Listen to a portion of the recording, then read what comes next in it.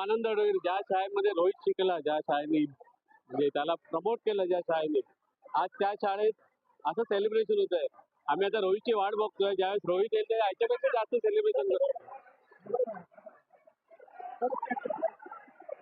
मला वाटतं की ज्या शाळेत रोहित शिकला लहानपणा म्हणजे वयाच्या 12व्या वर्षी या शाळेत आला आणि या शाळेतून तो प्रमोट होऊन एवढा मोठ्या लेवलला गेला, त्याच्याबद्दल आम्ही खुशच आहोत. आज एवढं सेलिब्रेशन होतंय, पण ह्याच्याही पेक्षा जास्त सेलिब्रेशन ज्यावेळेस रोहित मुंबईत येईल आणि ज्यावेळेस आमच्या शाळेत येईल त्याच्याही पेक्षा जास्त मोठं सेलिब्रेशन आम्ही करू. माझ्याबरोबर आमच्या शाळेच्या प्रिन्सिपल आहेत, त्यांनाही मी म्हटलं की आपण एक मोठं सेलिब्रेशन, आमचे ट्रस्टी अमुज झुंझुनवाला आले नाहीयेत, पण ते आल्यानंतर त्यांनाही आम्ही सांगणार की आपण ह्याच्याही मोठं सेलिब्रेशन करू.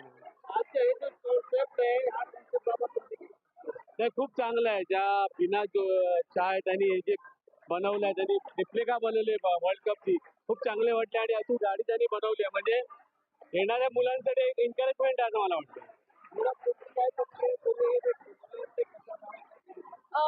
मैं एक रेलिस्ट हूँ।